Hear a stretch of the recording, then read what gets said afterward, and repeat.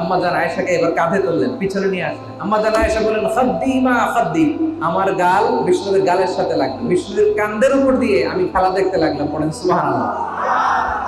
সুদানি সাহাবারা তীর, বল্লম, বর্ষা নিয়ে মসজিদ নববীর পাশে খেলতেছিল।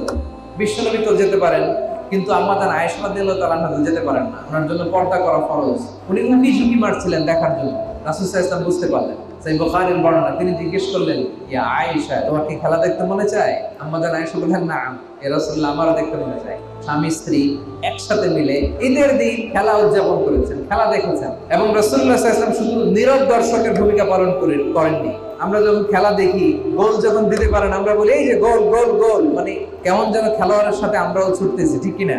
বিশ্বনবী এইভাবে, এই বানি আপনারা এইভাবে মারো, এইভাবে মারো, এইভাবে মারো, উনি নিজেও খেলোয়াড়দেরকে ইনস্ট্রাকশন দিচ্ছিলেন। আর ওনার স্ত্রী, প্রিয়তমা স্ত্রী আমাদের আম্মা জান আয়েশা রাদিয়াল্লাহু তাআলা আনহা, বিশ্বনবীর এই কাঁধের পেছন থেকে